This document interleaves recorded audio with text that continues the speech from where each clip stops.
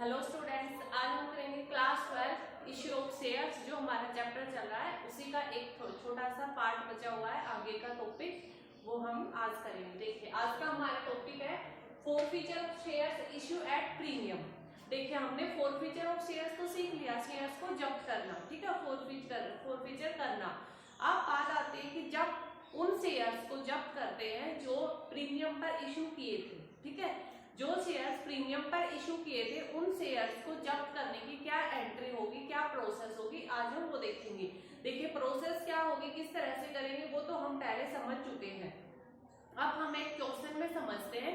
Practically वैसे आपको मैं बता चुकी हूँ, समझा चुकी हूँ। अब हम एक क्वेश्चन करके देखते हैं जिसमें आपको इजीली और अच्छे से समझ में आ जाएगा कि जब इश्यू एट प्रीमियम हो और उन शेयर्स को हमें जब्त करना होता है तब हम कैसे एंट्री करते हैं। तो हमारा जो एक क्वेश्चन है वो हम करते हैं। देखिए, क्या क्या रखा है इसमें क्वेश्चन में कि B limited offer 20,000 shares of 100 each at a premium of 10 rupees. एक बी लिमिटेड है जिसने 20,000 शेयर्स को इश्यू किया है at the rate of 100 rupees और जिसका प्रीमियम है 10 रुपीज, ठीक है। और उसने कैसे अमाउंट मंगाई है अपने शेयर होल्डर से, एप्लीकेशन के ऊपर वो मंगवा रहा है 25 रुपीज, अलॉटमेंट के ऊपर वो मंगवा रहा है 35 रुपीज, ब्रैकेट में है इंक्लूडिंग प्रीमियम, यानी कि ये जो 35 रुपीज है ये प्रीमियम के साथ है, यानी कि अलॉटमेंट के एक्चुअल अमाउंट है 25 प्लस में 10 रुपए का प्रीमियम, तब जाके अलॉटमेंट 35 रुपीज का बना है। उसके बाद है first call and final call. First call and final call.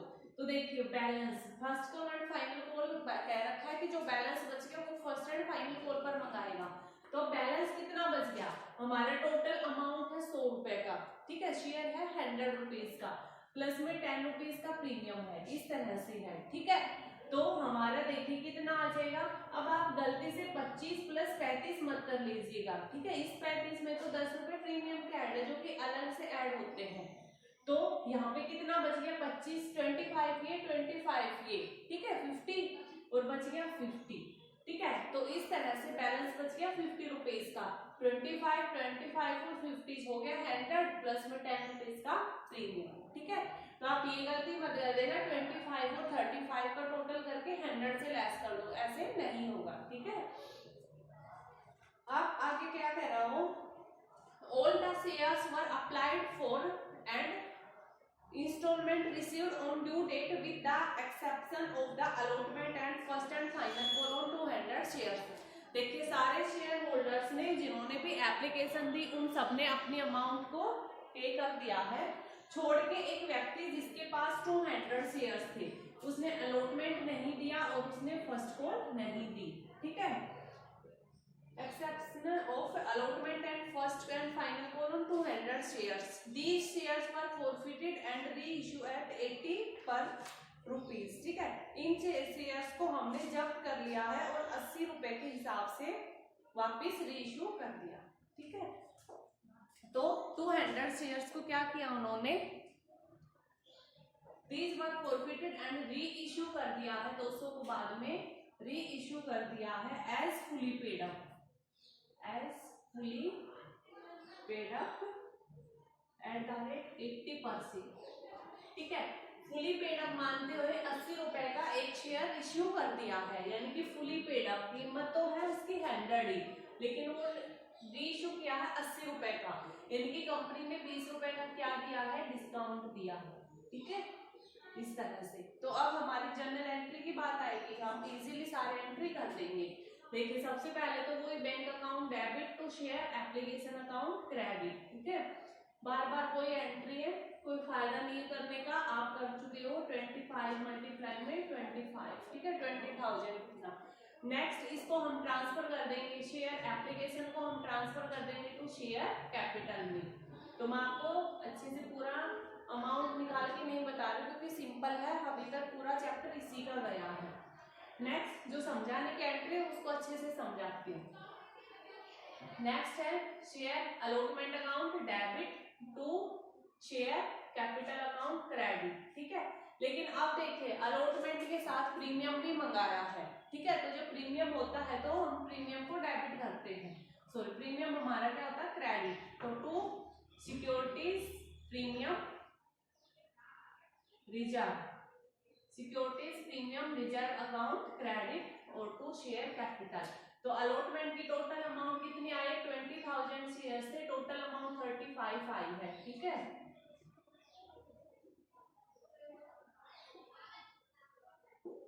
उस तरह से हमारे 20,000 एक्चुअल में अलॉटमेंट 25 रुपए की थी और प्रीमियम है 10 रुपए का, ठीक है। तो हमारा कितना आ गया,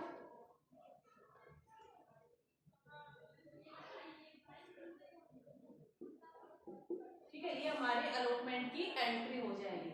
जब एक्चुअल में अलॉटमेंट का अमाउंट आएगी तब हमारी एंट्री हो जाएगी bank account debit to share allotment account credit. इस तरह से हमारी एंट्री होती है। तो अब हम देखेंगे कि अलॉटमेंट का कितना पैसा आया। तो देखिए हमारे पास एक्चुअल में आना था कितना, 7 लाख रुपए। एक्चुअल में हमारे पास 7 लाख रुपए आना था, लेकिन एक व्यक्ति जिसके पास 200 शेयर थे उसने अपना अलॉटमेंट की अमाउंट नहीं दी, यानी कि उस 200 वाले ने मल्टीप्लाई में 35 रुपए नहीं दिए, ठीक है। तो उसने 7,000 रुपए नहीं दिए, इस तरह से। या दूसरा मेथड जो मैंने बताया था 20,000 शेयर्स पर पैसा आना था, इसमें से लेस कर दीजिए 200 शेयर्स जिसके ऊपर अलॉटमेंट नहीं आई, तो 19,800 के ऊपर ही आई है कितने, 35 रुपए। तो आप बेचारी इस तरह से निकाल लीजिए या टोटल अमाउंट को इस तरह से निकाल लीजिए, ठीक है। वो आपके ऊपर डिपेंड है आप कैसे निकालते हो। तो ये 6,93,000 का अलॉटमेंट हमें मिला है। उसके बाद फर्स्ट कॉल हम आएंगे, ठीक है।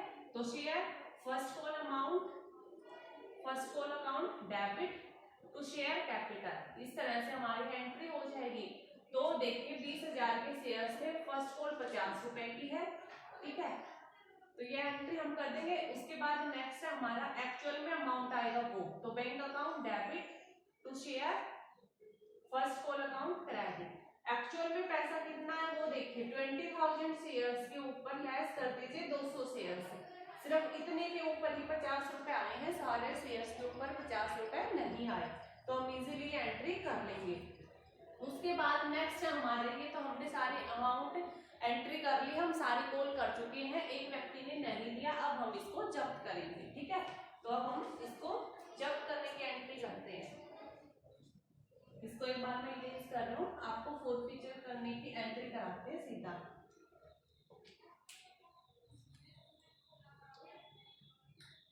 तो देखिए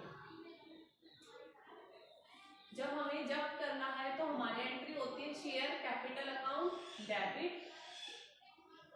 ठीक है। और टू जिसका पैसा नहीं आया वो, तो क्या नहीं आया था, टू इसका अलॉटमेंट नहीं आया था, तो to share allotment account credit to share first call account credit, और जो पैसा आ चुका है तो to share forfeiture account credit. इस तरह से हम एंट्री करते हैं, ठीक है। लेकिन यहाँ पे देखिए अलॉटमेंट जो है उसके साथ प्रीमियम भी था, तो हमें एक चीज पता है प्रीमियम की, कि प्रीमियम पे जो शेयर इशू करते हैं उनको जो जब्त करने की जो अलॉटमेंट है उसके टाइम पर अगर प्रीमियम है, ठीक है, अलॉटमेंट के टाइम पर प्रीमियम है, तो इसको हम दो तरह से फॉरफीचर कर सकते हैं, ठीक है। एक तो जब प्रीमियम आ चुका है, जब प्रीमियम आ चुका है, और एक जब प्रीमियम नहीं आया है, प्रीमियम नहीं आया है। तो मैंने आपको इसका एक शॉर्टकट समझाया था कि देखिए आपके घर में एक गेस्ट आने वाला है, ठीक है। अब वो आने वाला है, आपको पहले पता चल गया, तो आप उसको बुलाना नहीं चाहते, तो आप बहाने मारते हो कि भाई हमारे घर मत आना, उसी नहीं है, ये है वो है, आप कुछ भी बोलते हो, आप उसका आना कैंसिल करते हो। तो जब प्रीमियम नहीं आया है, ठीक है, जब तक प्रीमियम नहीं आया है हम उसको कैंसिल कर सकते हैं। तो हमें प्रीमियम, तो जो प्रीमियम आया नहीं है इसको हम कैंसिल कर सकते हैं ना। तो यहाँ पे हमारे प्रीमियम के कैंसिल करने की एंट्री होगी, ठीक है। और जो प्रीमियम आ चुका, जो गेस्ट पहले आ चुका उसको तो भगा सकते। तो यहाँ पे हम इसको जब्त करने की एंट्री नहीं कर सकते। तो फोरफीचर के टाइम पे प्रीमियम की कोई एंट्री नहीं होगी, लेकिन यहाँ पर एंट्री होगी अगर नहीं आया है तो देखिए यहाँ पे अलॉटमेंट के साथ ही प्रीमियम था, तो अलॉटमेंट ही नहीं आया, इट मींस प्रीमियम भी नहीं आया। तो नहीं आया तो हमें उसको कैंसिल करना पड़ेगा। तो कैंसिल करने के लिए हम क्या करेंगे, सिक्योरिटी प्रीमियम रिजर्व को डेबिट कर देंगे। क्योंकि जब प्रीमियम देखिए अकाउंट में कैंसिल कैसे करते हैं, जो चीज डेबिट होनी होती है उसको क्रेडिट कर देते हैं, और जो क्रेडिट बैलेंस की होती है उनको डेबिट कर देते हैं, तो वो कैंसिल हो जाती है। तो सिक्योरिटी प्रीमियम रिजर्व बकायदा क्रेडिट होता है, उसका क्रेडिट बैलेंस होता है, लेकिन यहाँ पे हमें उसको कैंसिल करना है, तो हम उस सिक्योरिटी प्रीमियम रिजर्व को डेबिट कर देंगे। तो डेबिट हो जाएगा securities premium reserve, securities premium reserve, ठीक है, इस तरह से। तो अब देखते हैं हमारे एंट्री, हमने कितने शेयर जब्त किए, 200, वैल्यू कितने, होल्ड अप अमाउंट 100, वो पूरे 100 रुपीज मांग चुका है। 200 शेयर के ऊपर 10 रुपीज किसके है, प्रीमियम के, ठीक है, प्रीमियम के। अब अलॉटमेंट का पैसा नहीं आया 200 शेयर के ऊपर। अब देखिए अगर आपने प्रीमियम 10 यहाँ लिया है तो आपको प्रीमियम का 10 रुपया अलॉटमेंट का यहाँ पर भी लेना होगा, यानी कि यहाँ पे आपको अलॉटमेंट पूरा 35 रुपीज का लेना है। आप ये गलती मत कर देना 25 रुपीज लेके, क्योंकि 10 रुपए से डेबिट है अगर प्रीमियम के अमाउंट, तो 10 से क्रेडिट भी करना पड़ेगा, तभी तो डेबिट और क्रेडिट इक्वल होंगे, ठीक है। अब 200 के ऊपर फर्स्ट कॉल पे नहीं आई थी 50 रुपए की, और 200 के ऊपर जो अमाउंट आ चुकी थी वो सिर्फ 25 रुपीज। तो इस तरह से हमारी एंट्री हो जाएगी, ठीक है। उसके बाद नेक्स्ट है हमारा, जब हमने इसको जब्त कर लिया है लेकिन एंड में कंपनी ने इनको री इशू भी कराया, आप इनके मल्टीप्लाई करके लिख लीजिएगा, ठीक है।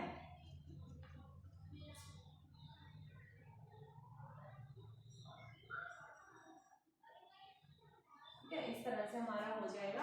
अब कंपनी ने इनको री इशू भी किया, तो री इशू के टाइम में हमारी एंट्री होती है bank account debit to share capital account credit, ठीक है। लेकिन देखिए 200 शेयर्स री इशू किए हैं, कितने के ऊपर, 80 रुपीज पे, यानी कि बैंक में तो 80 रुपीज ही आई है, लेकिन ये थे कितने, फुली पेड अप, यानी कि अमाउंट एक्चुअल में शेयर की कीमत 100 रुपए की थी, ठीक है। एक्चुअल में जो शेयर था वो 100 रुपए का था, तो जो बाकी के बच गए 20 रुपीज, वो क्या किया कंपनी ने, डिस्काउंट दिया है। तो कंपनी जब डिस्काउंट देती है तो वो कहां से जाएगा, फोरफीचर से। तो हम यहाँ पे लिखेंगे शेयर फोरफीचर अकाउंट, ठीक है, शेयर फोरफीचर अकाउंट डेबिट, ठीक है, कितना 4000 rupees, share forfeiture account 4000 rupees से हम उसको डेबिट कर देंगे, ठीक है। और ये हमारा कैपिटल, शेयर कैपिटल में 100 रुपीज चले जाएंगे। अब जब हम री इशू कर चुके हैं तो हमें पता है फोरफीचर को एंड में ट्रांसफर करना होता है कैपिटल रिजर्व में, तो हम ट्रांसफर करते हैं share forfeiture account debit to capital reserve account credit, ठीक है। अब फोरफीचर में अमाउंट तो देख लेते कितना बचा है, वही तो ट्रांसफर करेंगे। 5000 थे जिसमें से 4000 यूज हो चुके, तो 1000 रुपए हमने क्या कर दिए, ट्रांसफर कर दिए कैपिटल रिजर्व। तो इस तरह से आपका क्वेश्चन होएगा, सिंपल है बिल्कुल ही, पूरा चैप्टर में कुछ भी नहीं है, बस आपका दिमाग लगाने का काम है, ठीक है। अगर आपको अपने माइंड यूज करने में अच्छा लगता है तो ये टॉपिक सबसे बेस्ट है। 12th क्लास में सबसे इंटरेस्टिंग चैप्टर यही है, स्टॉक शेयर, जहाँ पे आपका दिमाग लगता है, मुश्किल नहीं है, बस थोड़ा सा आपको चीजों को समझना है, ठीक है।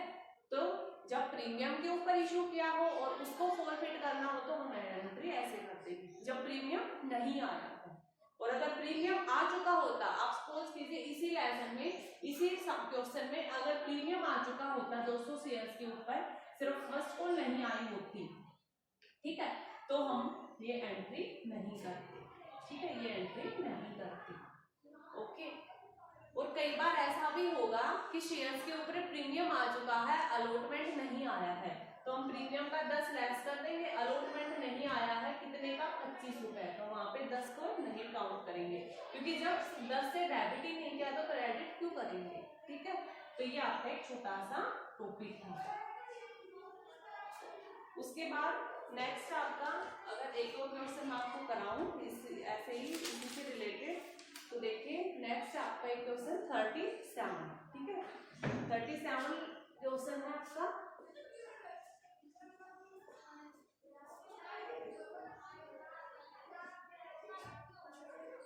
ड्यूरिंग द ईयर 2018-19 ओए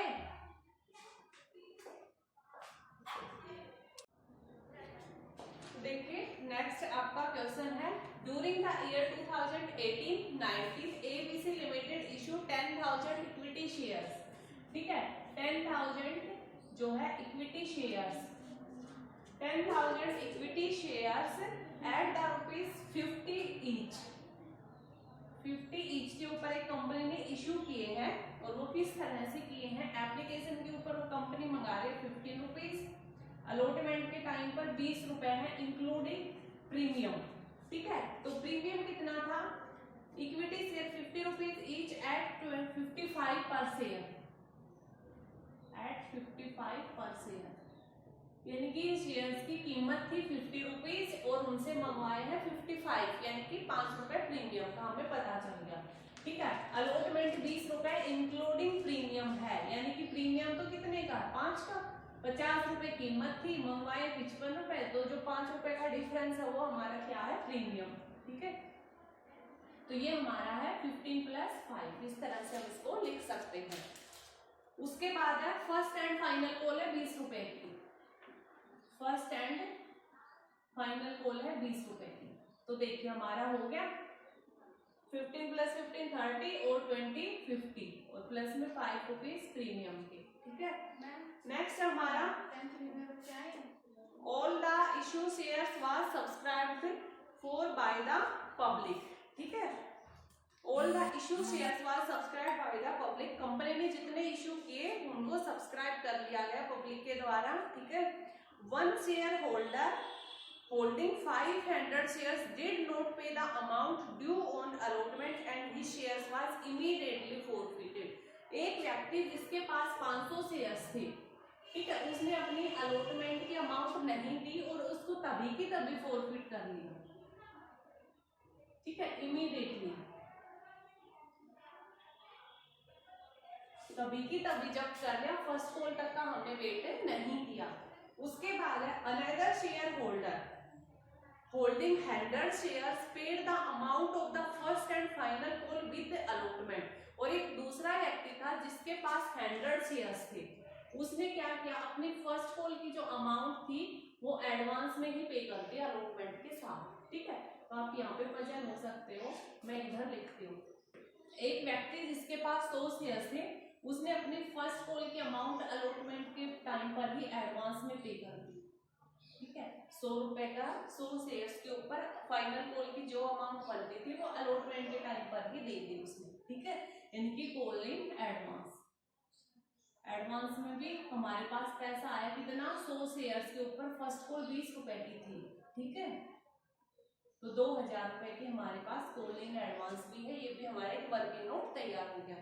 उसके बाद नेक्स्ट है हमारा after the company had made the first and final call, first और फाइनल कॉल पूरा मंगाने के बाद 200 of the forfeited shares were reissue as fully called up at ₹45 per share.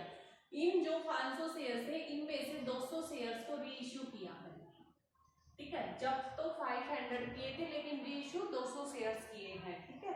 कितने में, एज फुली कॉल्ड अप, ठीक है, as fully called up at 45 per share, fully called up यानी कि जो कंपनी जितनी कोल्ड अप कर चुकी थी अमाउंट, जितनी मंगा चुकी थी उतने पर ही री इश्यू किए हैं, लेकिन री इश्यू के टाइम पे पैसे मांगे हैं व्यक्ति से ₹45, ठीक है। यानी कि री इश्यू जो किए हैं वो शेयर की कीमत तो थी ₹50, क्योंकि कंपनी ने ₹50 मंगाए ना, कोल्ड अप अमाउंट तो ₹50 है, ठीक है। और लेकिन उसको री इश्यू किया 45 पर, यानी कि जो ₹5 का जो डिफरेंस है वो क्या दिया है, डिस्काउंट दिया है कंपनी ने। अगर आप पूरा स्टेटमेंट समझ जाते हो तो आप इजीली क्वेश्चन कर लोगे। नेक्स्ट है the share issue expenses 7000 which were right of at the end of the year. Share issue expenses भी हुआ है एक हमारा, ठीक है, शेयर इश्यू एक्सपेंसेस भी हुआ है 7,000 का, जिसको एंड में राइट ऑफ करना है। यानी कि अगर हमारे पास प्रीमियम होता है तो हम पहले प्रीमियम से राइट ऑफ करते हैं, ठीक है, उसके बाद पीएनएल में डाल देते हैं अगर कुछ हमारे पास रिजर्व में नहीं है तो आपका वर्किंग नोट पूरा तैयार, क्वेश्चन तैयार, अब हमें एंट्री करनी है। तो सबसे पहले फर्स्ट एंट्री एप्लीकेशन के आप इजीली कर लोगे, bank account debit to share application account credit share application to share capital. हम सीधा नेक्स्ट एंट्री पे चलते हैं, शेयर अलॉटमेंट, ठीक है, share allotment account debit to share capital account credit और to securities premium reserve account credit, ठीक है। इस तरह से हमारी एंट्री हो जाएगी। हमारे शेयर से 10,000 की, जिसमें अलॉटमेंट की मनी है 20 रुपीज, लेकिन जो अलॉटमेंट की एक्चुअल अमाउंट है 15 रुपीज है और 5 रुपीज का हमारा प्रीमियम है। हम इस तरह से एंट्री करते हैं। लेकिन एक व्यक्ति जब पैसे आएंगे तब एक्चुअल में बैंक में हमारे पास कितने पैसे आए वो हम देखते हैं। हमारे पास एक्चुअल में इतना पैसा आना था, लेकिन वास्तव में हमारे पास कितना आया वो हम देखते हैं।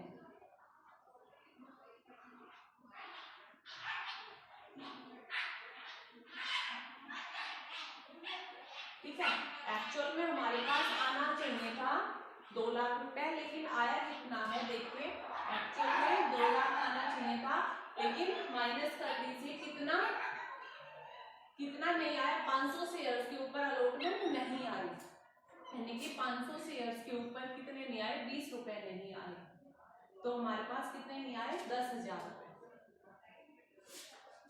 सिंपल। तो कितने आए हैं, 1,90,000, ठीक है, 1,90,000। ये भी आप इजीली कर लोगे, कई बार कर चुके हैं। अब आप सीधा फर्स्ट कॉल पे मत चले जाना, ये गलती करोगे। अब हमें इसको जब्त करना, तभी की तभी जब्त किया है उसने, तो जब्त करने की entry share capital account debit, कितने 500 शेयर जब्त किए हैं, कितने अमाउंट पर, जो अभी तक मंगा चुके हैं, ठीक है, जितने अमाउंट अभी तक मंगा चुके हैं, तो कितनी मंगा चुके हैं, 15 + 20, ठीक है, सॉरी 15 + 15 30 रुपए, कैपिटल तो 30 की है ना, ठीक है, 5 का तो प्रीमियम, उसका तो अलग रोल है, हम 30 रुपए मंगा चुके, समझ गए।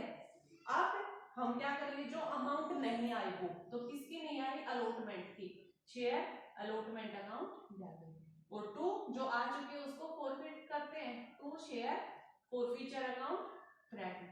लेकिन वही सिर्फ एक ही पॉइंट याद रखना प्रीमियम का, क्योंकि अलॉटमेंट नहीं आया तो हमें प्रीमियम को कैंसिल करना है, ठीक है, शेयर सिक्योरिटी प्रीमियम रिजर्व, ठीक है, सिक्योरिटी प्रीमियम रिजर्व, हमें इसको कैंसिल करना है। तो 500 शेयर्स के ऊपर प्रीमियम कितने का था, 5 रुपए, तो हमने कैंसिल कर दिया। अब अलॉटमेंट में 500 शेयर्स के ऊपर कितना नहीं आया, पूरा 20 लेंगे हम, ठीक है, क्योंकि 5 को हमने डेबिट किया है तो क्रेडिट भी करना पड़ेगा, तो 15 + 5 20, ठीक है, और आ कितने चुके हैं, 500 शेयर्स के ऊपर एप्लीकेशन आ चुके 15 रुपए की, ठीक है, तो इस तरह से हमारा एंट्री हो जाएगी जब्त करना। नेक्स्ट अब हम चलते हैं आगे हमारी शेयर फर्स्ट कॉल पर, तो share first call account debit to share capital account credit. देखिए 500 शेयर थे, फर्स्ट कॉल कितने के, सॉरी 500 शेयर नहीं, हमारे शेयर्स, अब देखिए अब फिर आप एक गलती कर दोगे, हमारे शेयर 10,000 के थे, तो अब आप ऐसे मत कर देना 10,000 × 20, ऐसे नहीं, अब 10,000 शेयर थोड़ी ना रहे हैं, 10,000 में से 500 तो वापस हमारे पास आ गए, हमने जब्त ही कर लिए, तो अब शेयर बच गए 9500, 9,500, ठीक है। अब इतने शेयर ही बचे हैं जिनके ऊपर हमारे फर्स्ट एंड फाइनल कॉल आएगी, ठीक है, तो आप एक ये गलती भी कर दो, हो गया। अब सॉरी, अरे एक पॉइंट और भूल जाए हम, एक ये फर्स्ट कॉल वाला, ठीक है, कि फर्स्ट कॉल ये जो 2,000 रुपए हमें एडवांस में मिल गए थे अलॉटमेंट के टाइम पर, वो भी तो एंट्री करनी थी, चलो ये तो हमारे ठीक है, इसमें कोई चेंज नहीं होएगा, वो एंट्री यहाँ पे करनी थी हमें, बैंक अकाउंट में हमारे हमारे पास 190 नहीं आए, प्लस में 190 में 2000 और ऐड कर दो, हमारे पास टोटल आए हैं 1,92,000। क्यों आए हैं 1,92,000? क्योंकि 2000 रुपए एडवांस के आए हैं, ठीक है। तो to call in advance, call in advance 2000, ठीक है। कॉल इन एडवांस के 2000 रुपए ये भी तो पाएंगे। जब कॉल इन एडवांस हमारे पास टाइम से पहले आ जाता है तो क्रेडिट में डालते हैं उसको, ठीक है। तो अलॉटमेंट में हमने देखा, अलॉटमेंट के टाइम पे बैंक में पैसे तो कितने आए, 190 तो आए अलॉटमेंट के टाइम पे, प्लस में 2000 रुपए किसी ने एडवांस में दे दिए, फर्स्ट कॉल के अलॉटमेंट के टाइम पर ही दे दिए। तो हमने देखा हमारे बैंक में 1,92,000 है, तो 1,92,000 में से चलो 500 रुपए तो ये 500 वाले शेयर्स के तो ये घटा दो 1000 रुपए, ठीक है। लेकिन एक ने जो 2000 एक्स्ट्रा मिले हैं वो किसके मिले हैं कि एक व्यक्ति जिसके पास 100 शेयर्स थे उसने हमें एडवांस में ही दे दिया है फॉर अलॉटमेंट के टाइम पर ही फर्स्ट कॉल के अमाउंट, तो हमें वो एडवांस की एंट्री करनी पड़ेगी, ठीक है। ये हम भूल गए थे, ये हम इस पे हमारा कुछ असर नहीं पड़ेगा उस चीज का बस। तो अब हमारा फर्स्ट कॉल इतने का आना चाहिए था, एक्चुअल में कितने आए वो हम देखते हैं। तो बैंक अकाउंट डेबिट, ठीक है। एक्चुअल में हमारे पास बैंक में कितने पैसे आए हैं देखिए 9500, ठीक है। हमारे पास 190 आने थे, लेकिन 1,90,000 नहीं आए। क्यों नहीं आए? क्योंकि इसमें से 2000 तो पहले ही एक व्यक्ति दे चुका है, तो वो अब वापस दोबारा क्यों देगा। तो हमारे पास बैंक में आए हैं 1,88,000, लेकिन जो एडवांस में आ चुका है वो यहाँ पे हमें बताना पड़ेगा कि कॉल इन एडवांस में आ चुके हैं हमारे पास 2000, वरना हम तो सोचेंगे कि जो 2000 है वो एरियर के हैं, किसी ने अपने अमाउंट नहीं दी होगी फर्स्ट कॉल, ये सोचेंगे ना कि भाई 2000 रुपए यहाँ पे कम आए हैं, इनकी किसी शेयर होल्डर ने फर्स्ट कॉल नहीं दिया। नहीं, वो दे चुका है, वो एडवांस में दे चुका है, तो हमें यहाँ पे बताना पड़ेगा कॉल्स इन एडवांस 2000 रुपए और टू शेयर फर्स्ट कॉल, ठीक है। तो इस तरह से हमारा हो जाएगा 190, ठीक है। तो ये हमारी एंट्री है, बस आपको ये ध्यान में रखना है कि जो एडवांस है उसको एडवांस में दिखा दो और जो एरियर है उसको एरर में दिखा दो। तो ये सब कुछ हमारे एंट्री हो चुकी है, फर्स्ट कॉल तक सारा एंट्री हो चुकी। अब हम इसको क्या करते हैं, जब्त करने की, जब्त करने की तो कर ही चुके, इमीडिएटली हो चुकी थी। अब हम इसको करते हैं री इश्यू की एंट्री, ठीक है। तो री इश्यू की एंट्री के लिए हमारा क्या हो जाएगा,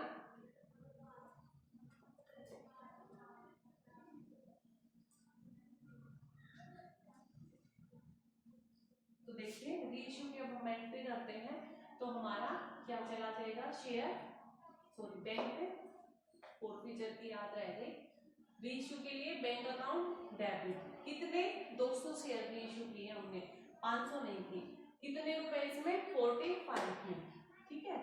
और टू शेयर कैपिटल, ठीक है, कितना 200 शेयर है 50 रुपीज का, ठीक है। तो कितना हो जाएगा 10,000, 9,000। अब जो बच गए 200 शेयर के ऊपर 5 रुपए, वो किसका है, वो है हमारा शेयर फॉरफीचर से जाएगा, क्योंकि वो है हमारा डिस्काउंट, ठीक है, वो था हमारा डिस्काउंट। अब हमें पता है फॉरफीचर को कैपिटल रिजर्व में ट्रांसफर करना होता है, ठीक है। तो share forfeiture account debit to capital reserve account करें। अब करें कितना, ठीक है, कितना ट्रांसफर करें उसके लिए हमें देखना पड़ेगा। तो देखिए 500 शेयर्स के ऊपर फॉरफीचर अमाउंट, 500 शेयर्स के फॉरफीचर अमाउंट कितनी बनी थी 500 के ऊपर 7500 बनी थी, ठीक है। क्योंकि 500 शेयर्स के ऊपर सिर्फ एप्लीकेशन के 15 रुपए ही आए थे, ठीक है, सॉरी 4500, सिर्फ 4500 रुपए ही हमारे पास आए थे 500 शेयर्स के ऊपर, तो वो ही हमने जब्त कर लिया। लेकिन इन 500 शेयर्स में से हमने री इश्यू 200 की है, तो हमें तो 200 शेयर्स का अमाउंट चाहिए ना, तो 500 शेयर्स का फॉरफीचर अमाउंट है 4500, एक शेयर का हो जाएगा डिवाइड बाय 500 और हमें निकालना 200 का 1800। तो 200 शेयर जो री इश्यू किया है उसके हिस्से में 1800 फोरफीचर की। अब इस 1800 में से लेस कर दीजिए डिस्काउंट की, क्योंकि इस 1800 में से वो 1000 रुपए तो यूज कर चुका है, ठीक है, वो 1000 रुपए तो यूज कर चुका है। तो कितने बच गए 800, सिर्फ 800 रुपए ही हमारे कहाँ जाएंगे, कैपिटल रिजर्व में ट्रांसफर होके चले जाएंगे, ठीक है। अब एंड में एक हमारा शेयर फोरफीचर भी था, ठीक है, सॉरी शेयर इश्यू एक्सपेंसेस भी था, तो उसकी क्या एंट्री हो जाएगी, share issue expenses account debit 7000 का और टू बैंक अकाउंट क्रेडिट 7000, ठीक है।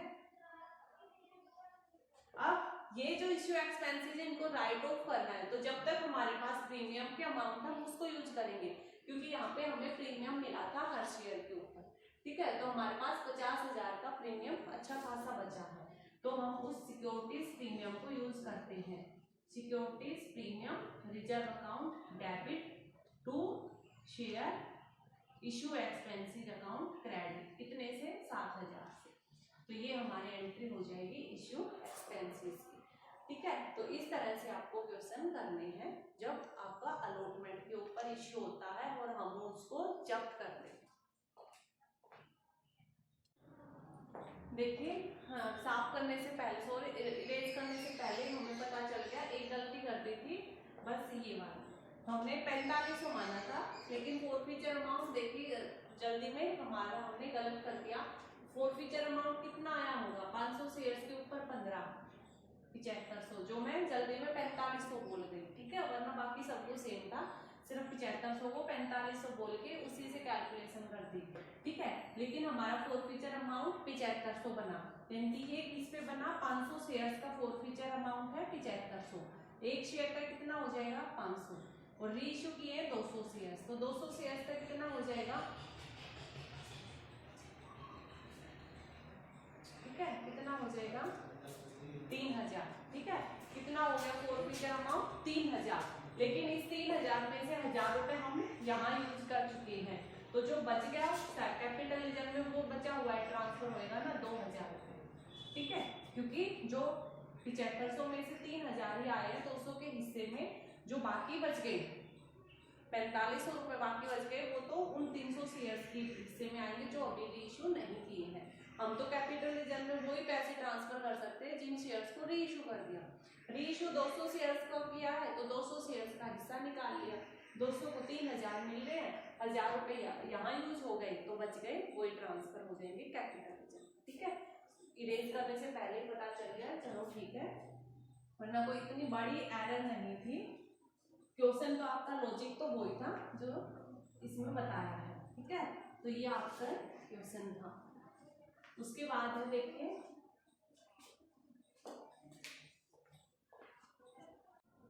देखिए एक और क्वेश्चन आपको कराती हूँ।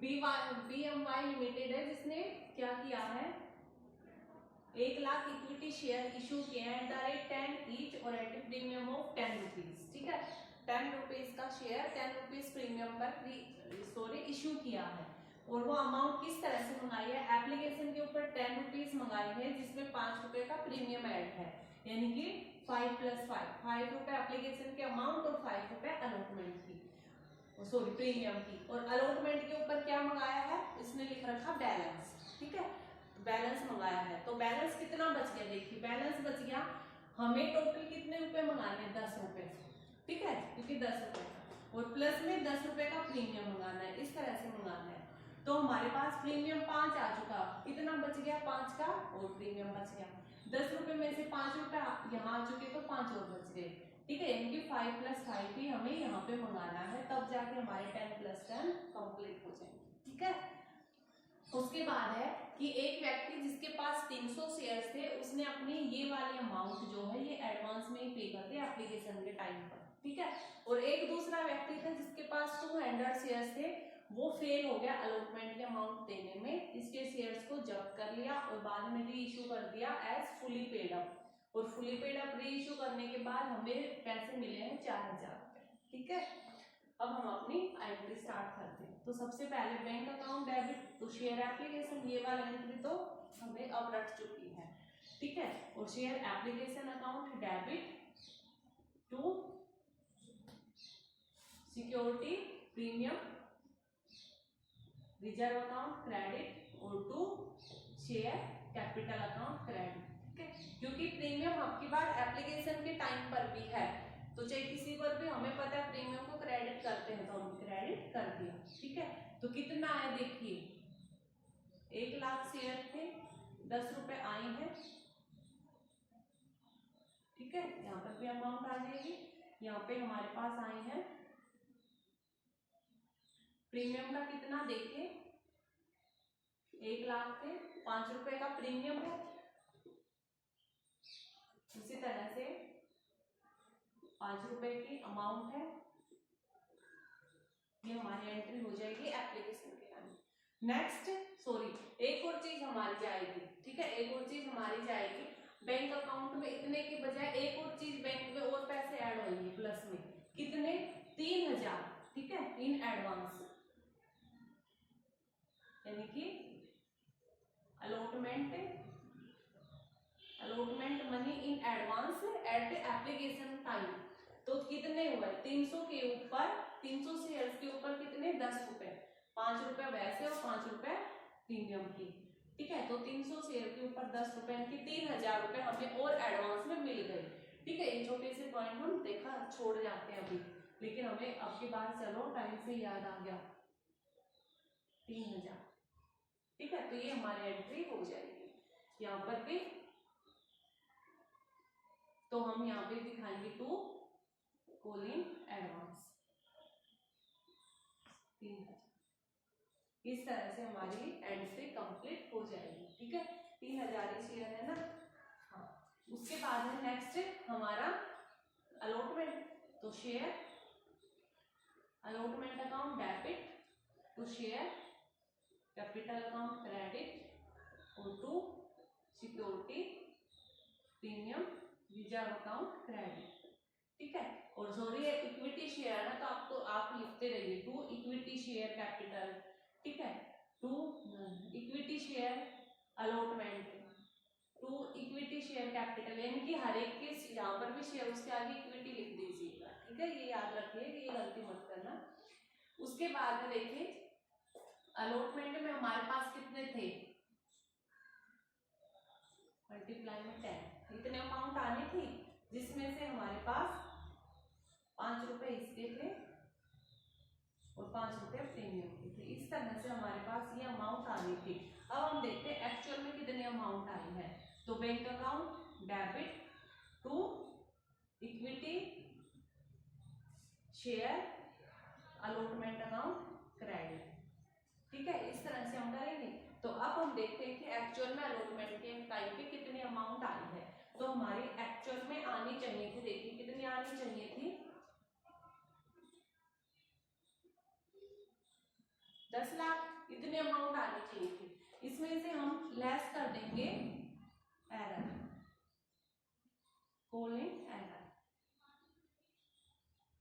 यानी कि एक व्यक्ति जिसके पास 200 शेयर्स थे उसने ये अमाउंट नहीं दी, यानी कि 10 रुपए नहीं मिले। ठीक है,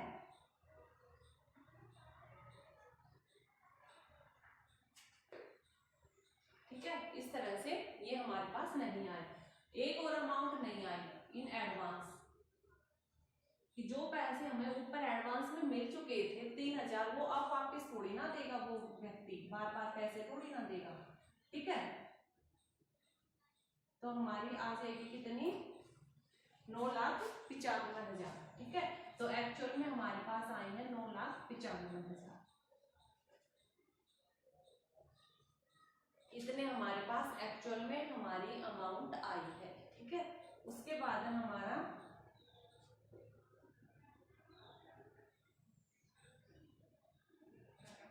ये हो गया। उसके बाद अब हम इनको जब्त कर लेते हैं। ठीक है, जब्त करेंगे तो हमारे, अगर आप चाहो एडवांस में यहाँ पर दिखाना कॉल इन एडवांस को, तो जैसे यहाँ पे क्रेडिट क्या था हम यहाँ पे वापस कर देंगे कॉल इन एडवांस 3000 से। ठीक है, और फिर ये 3000 हम इसमें भी ऐड कर देंगे। ठीक है, इसमें भी ऐड करके लिख देंगे ताकि हमने दिखा दिया। अदरवाइज आप चाहो तो सीधा लेस करके दिखा दो, जो कि अब हमने लेस करके ही दिखाया है उस यहाँ पे इस 3000 के अमाउंट को। अगर हम यहाँ पे 3000 लेस नहीं करके ये अमाउंट दिखाते यहाँ पे 9,98,000, तो हमें 3000 यहाँ पे कॉल इन एडवांस दिखाना पड़ता है, ठीक है। तो वो कोई बात नहीं है, आप किसी भी तरह से क्वेश्चन कर सकते हो। अब हम इन शेयर्स को फॉरफिट करेंगे, जब्त करेंगे। तो जब्त करने की एंट्री हो जाएगी शेयर कैपिटल अकाउंट डेबिट, ठीक है। जब्त कितने किए हैं, 200 शेयर्स को जब्त किया है। तो मल्टीप्लाई में कितनी अमाउंट है जब्त करने की, 10 रुपए। यहाँ पे प्रीमियम को इकट्ठा मत ले लेना, प्रीमियम का अलग चक्कर चलता है, ठीक है। तो यहाँ पे क्योंकि रुपीज 10 रुपए ही मंगाए हैं तो 10 रुपए ही डालेंगे।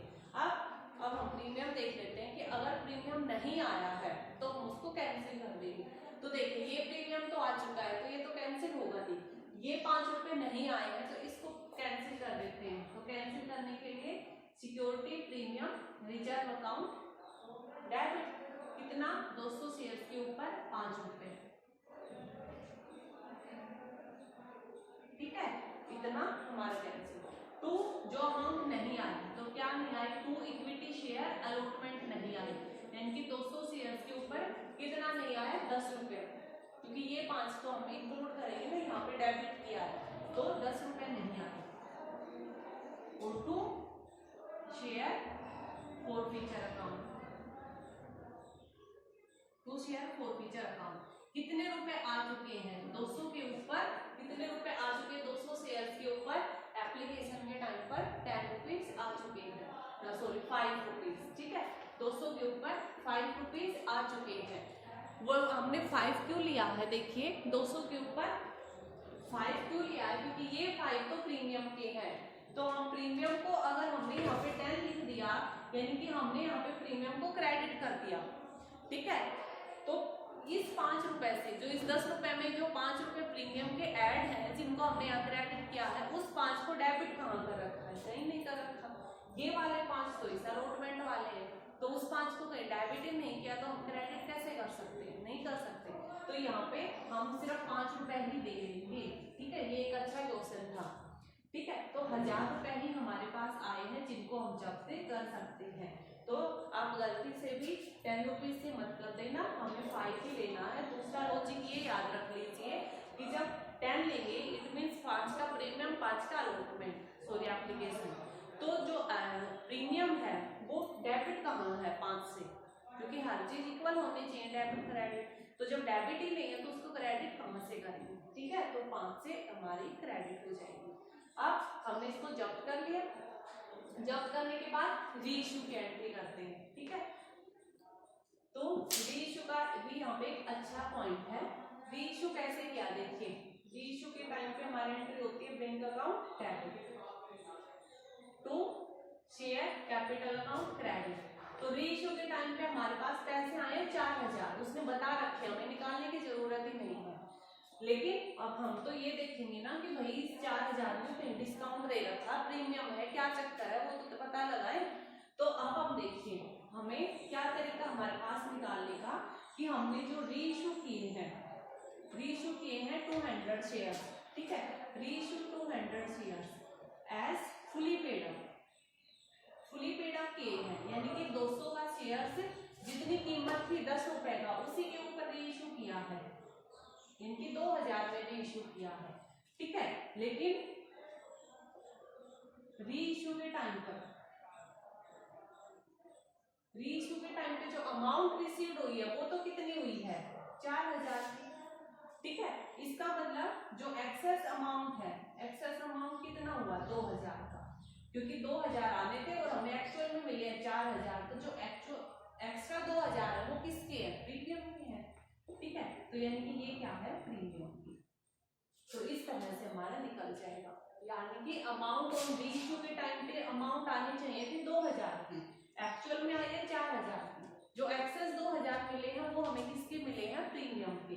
तो हमें यहाँ पे प्रीमियम मिला है 2000 का, तो प्रीमियम हमारा क्या होता है, क्रेडिट। तो to security premium reserve account credit 2000, ठीक है। अब एंड में क्या करेंगे, फॉरफीचर को कैपिटल रिजर्व में ट्रांसफर कर देंगे। तो share forfeiture account debit to capital reserve account credit, कितने से, जितने का भी फॉरफीचर बना था 1000 का, वो सारे के सारे ट्रांसफर हो जाएंगे, क्योंकि यूज तो हुआ ही नहीं, बल्कि वापस री इशू पर कर रहे हैं, डिस्काउंट तो देना दूर है, री इशू भी प्रीमियम पर कर रहे हैं, तो एक अच्छी कंपनी हो गई है, ठीक है। तो ये हमारे थे री इशू के टॉपिक जो अलॉटमेंट पर उनको इशू किया होता है उन शेयर से रिलेटेड, ठीक है। तो शायद आपका पूरा ये चैप्टर आपको समझ में आ गया होगा, हमने काफी कुछ एग्जाम्पल किए हैं, पूरा हम इसके टॉपिक पूरा हमने थ्योरी में भी समझ चुके हैं। अब आप बाकी के जो क्वेश्चन है वो खुद से करके देखिए।